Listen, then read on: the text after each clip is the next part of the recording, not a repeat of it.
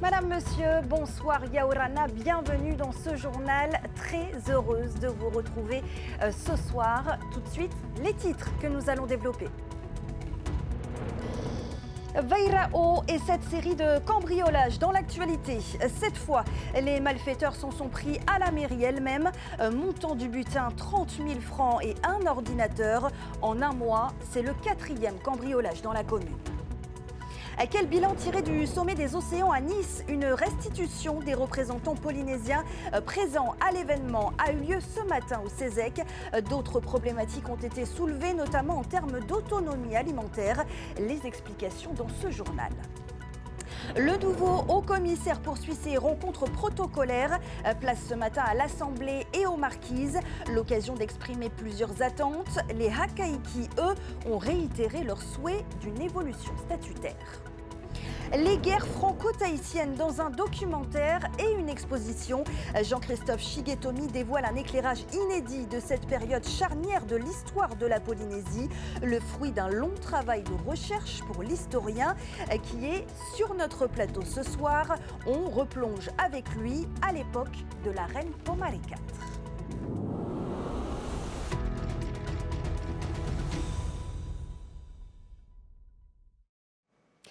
Des maisons familiales rurales, une école et maintenant la mairie de Vairao. La commune subit depuis plusieurs semaines une série de cambriolages.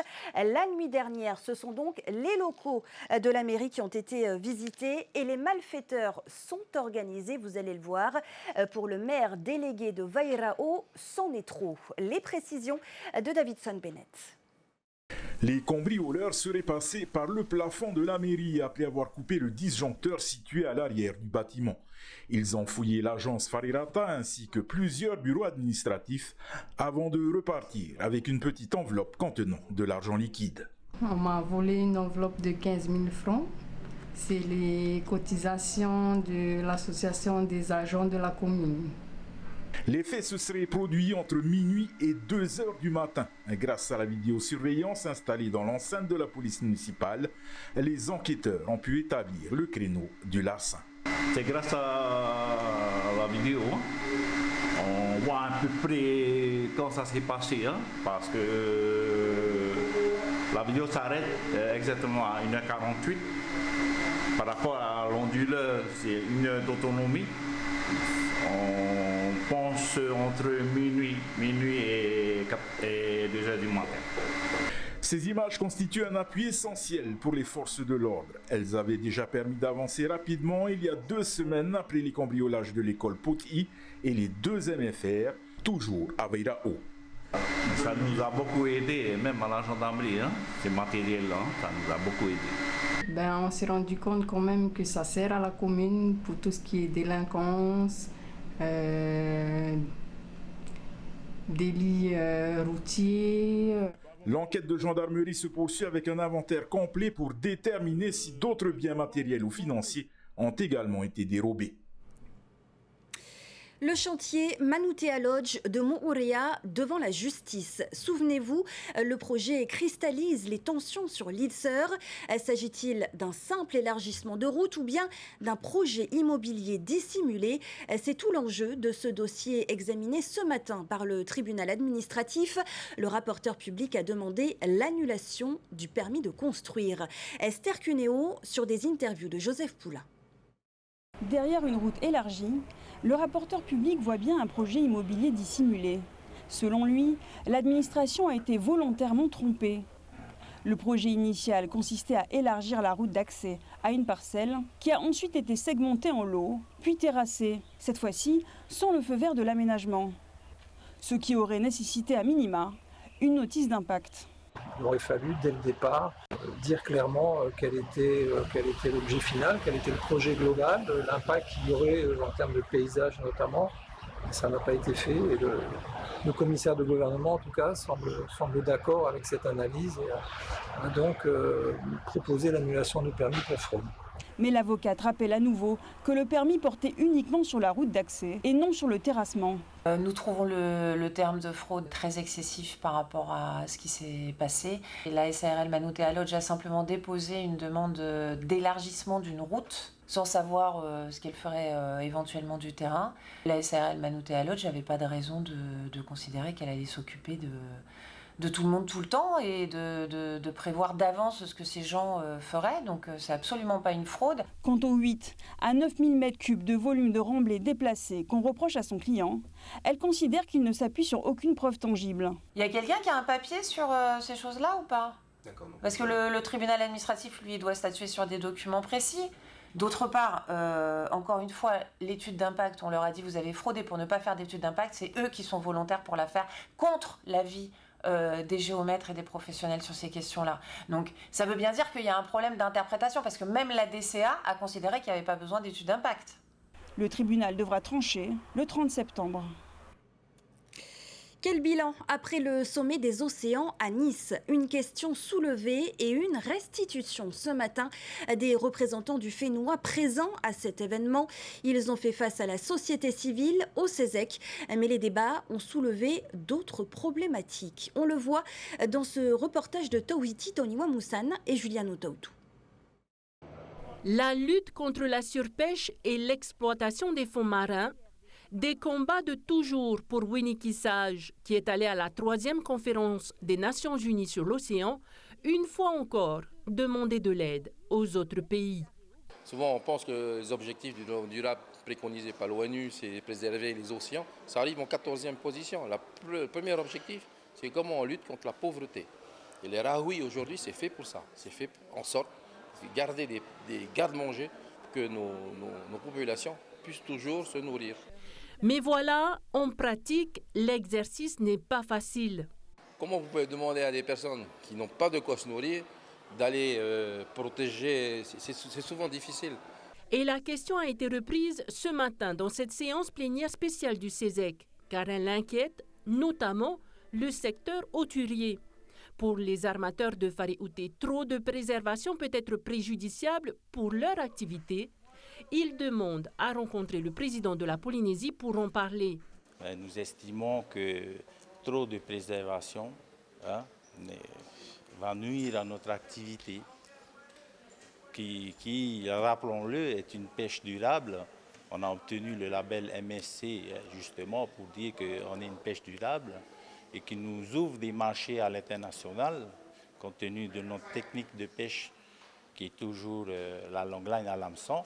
Pour les représentants de l'UNOC, le concept polynésien du Rahui est vertueux. Mais la coordinatrice du Rahui Center l'a encore rappelé, la fermeture d'un espace avec une gestion communautaire doit s'adapter aux spécificités culturelles. Au Mexique, ils sont très avancés sur les aspects de suivi par les pêcheurs. C'est-à-dire que c'est les pêcheurs eux-mêmes qui vont dans l'eau, qui vont compter les poissons, qui évaluent en fait leur dispositif de gestion. Et ici, en Polynésie française, ça commence. C'est des choses sur lesquelles on veut avancer. Avancer et poursuivre leur discussion. L'objectif est de trouver des alternatives et pourquoi pas des solutions à la gestion et la protection de notre environnement marin. Je le disais en titre, 2 semaines après sa prise de fonction, le nouveau haut-commissaire poursuit ses rencontres protocolaires avec les forces vives du pays. Ce matin, c'était au tour du président de l'Assemblée et des maires des Marquises de s'exprimer sur leurs attentes en matière de collaboration avec l'État. L'occasion pour les Hakaiki de revenir sur leurs souhaits d'évolution statutaire. Laure Philibert, Jeanne Tinoroa. C'est un peu une rencontre entre voisins. Alexandre Rochat est venu à pied échanger avec Tony Géros, le président de l'Assemblée. L'institution jouxte la résidence du haut-commissaire. Pour les deux hommes qui se connaissent déjà, il s'agit d'échanger sur les sujets qui rythment le quotidien des Polynésiens. Je connais la Polynésie française, mais il y a 13 ans. Et là, la Polynésie, elle est stable, c'est-à-dire qu'effectivement je retrouve mes marques, je retrouve beaucoup de gens avec lesquels j'ai travaillé, je retrouve beaucoup de gens avec lesquels j'ai eu plaisir à être ici et donc à continuer à échanger, mais elle a changé aussi. Quand j'étais ici il y a 13 ans, c'était la période d'instabilité. Moi j'ai connu 2 gouvernements en 2 ans, il y en a eu beaucoup d'autres. Il y a aussi une évolution économique qui a changé, une évolution sociale qui a changé aussi. Voilà, tout ça fait que j'ai besoin de me reconnecter au territoire, d'avoir des bons contacts et de voir les décideurs, ceux qui sont élus, ceux qui sont responsables, mais aussi, et ça va être la suite de mes conversations, ceux qui vivent en Polynésie. Après le syndicat pour la promotion des communes, c'est au tour des maires de la communauté de communes des îles Marquises d'être reçus. Au cœur des discussions, le souhait d'évolution statutaire porté par les Hakaïti. On a parlé bien sûr du projet énergie photovoltaïque dans toutes les communes.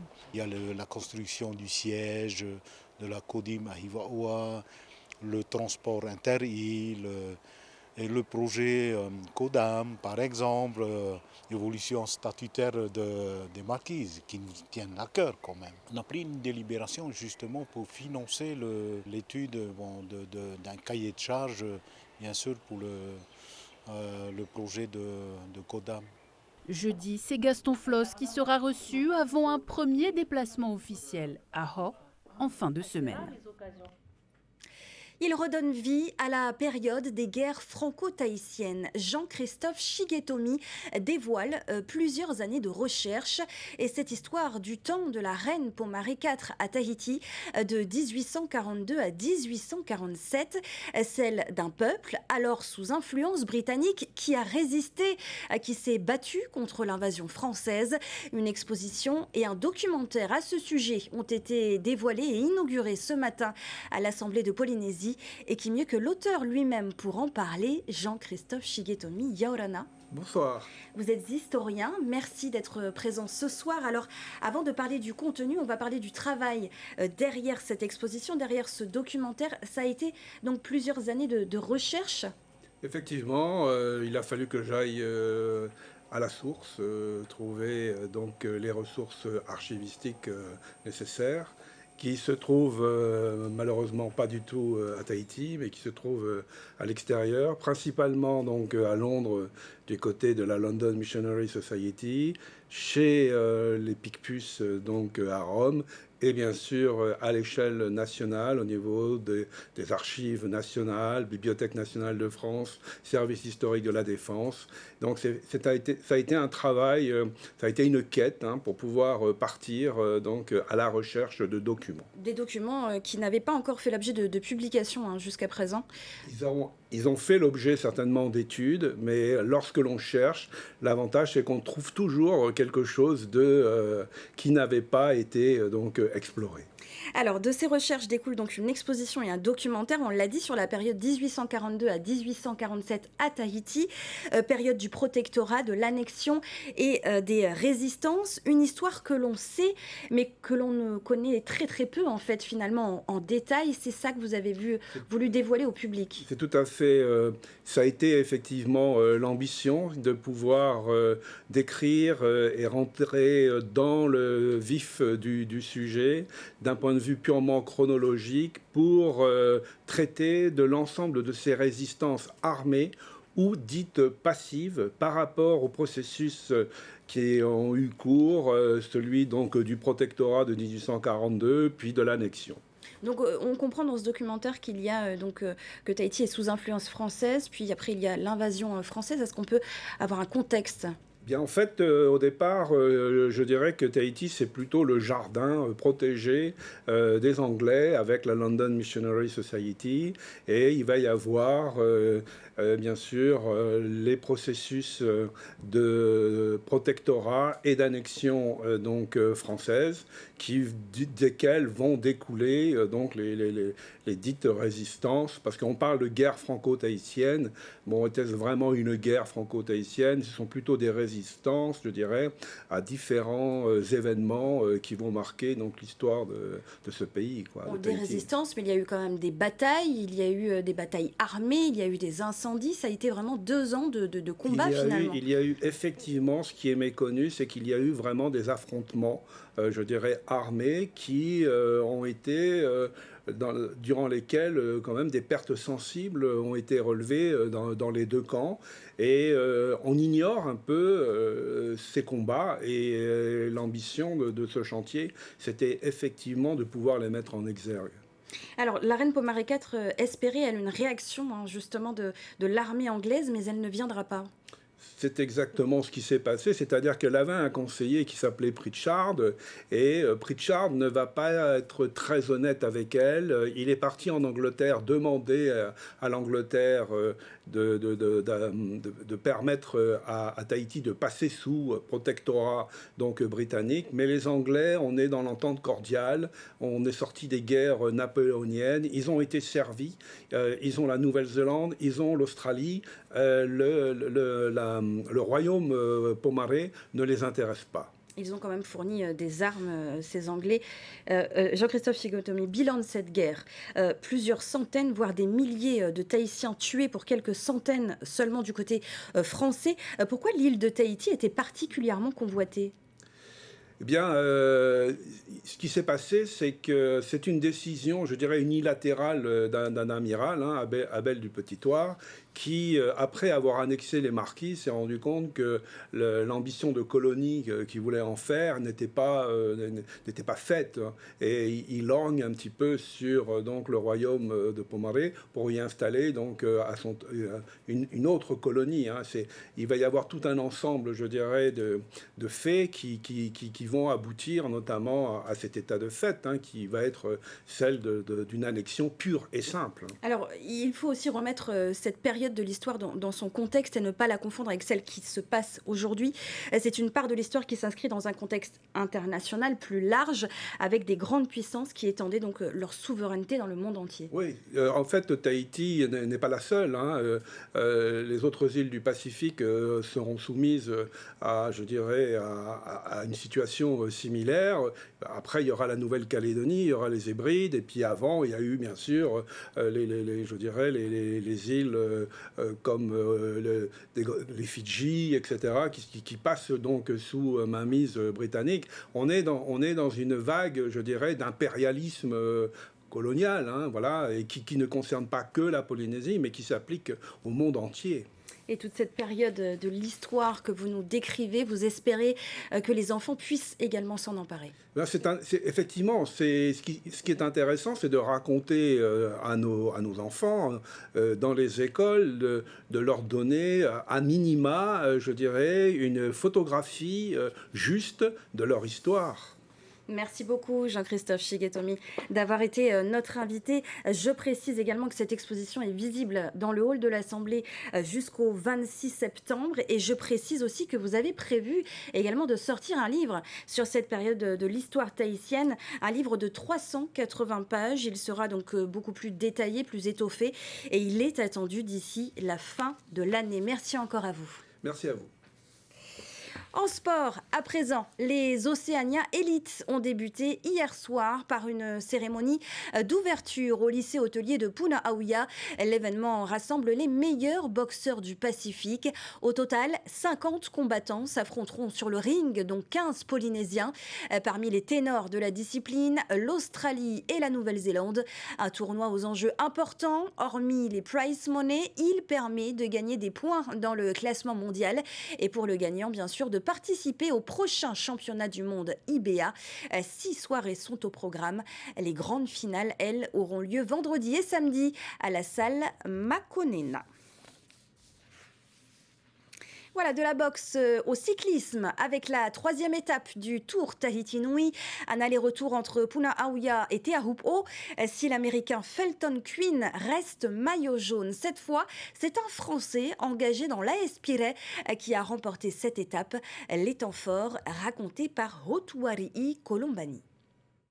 La 3e étape du Tour Tahiti Nui 2025 s'est disputée aujourd'hui entre Punaauia et Te Ahupo'o, un aller-retour spectaculaire qui a tenu toutes ses promesses. Dès les premiers kilomètres et tout au long de la côte ouest, une ambiance électrique a animé la course avec de nombreuses attaques et un peloton particulièrement nerveux. À l'approche de Travo, le maillot bleu du meilleur jeune, Tom Morel, 20 ans, prend les devants et mène la course sur toute la presqu'île. Un écart allant parfois jusqu'à 3 minutes se creuse. À Paea, il se fait rattraper par le dossard numéro 25, Rudy Guéguin, et cède la tête de course après plus de 50 km parcourus en échappée. Je me suis retrouvé devant tout seul, c'était pas prévu, mais une fois que j'ai vu que je commençais à prendre de l'avance, j'ai continué mon effort jusqu'au bout, mais tout en sachant que ça n'allait pas aller au bout, en étant tout seul. J'espérais qu'un groupe revienne, mais les Américains ont tout ramené, donc c'est comme ça. Tout se jouera alors après plus de 130 km sur la longue ligne droite de la route des plaines, où les attaques ont éclaté et où la tension s'est fait ressentir à chaque coup de pédale. Contre toute attente, c'est Maxime Joly de l'AS Pirée qui s'impose sur la ligne d'arrivée et décroche la victoire d'étape. Ce matin, non, le but c'était d'essayer de dynamiter, pourquoi pas être échappé et voir ce que ça donnait. Mais après, voilà, pendant l'étape, on s'est rabattu sur l'arrivée au sprint et voilà. Je leur ai demandé de me faire confiance pour l'arrivée et voilà, ça a marché, donc je suis content. Cette troisième étape aura donc réservé son lot de surprises, rebattant les cartes du classement et maintenant tout le suspense pour la suite du Tour Tahiti Nui 2025. Et c'est la fin de cette édition. Merci de rester fidèle au journal de TNTV. Juste après, retrouvez la météo avec Farero, suivi d'un nouveau numéro de Ciné Nui avec Ramzi Malouki. À 19h30, 2 épisodes de NCIS Los Angeles. Enfin, à 21h, une nouvelle série sur TNTV, Absentia. Très belle soirée à tous, on se retrouve demain. Retrouvez ce journal en replay sur notre site internet et notre application mobile TNTV.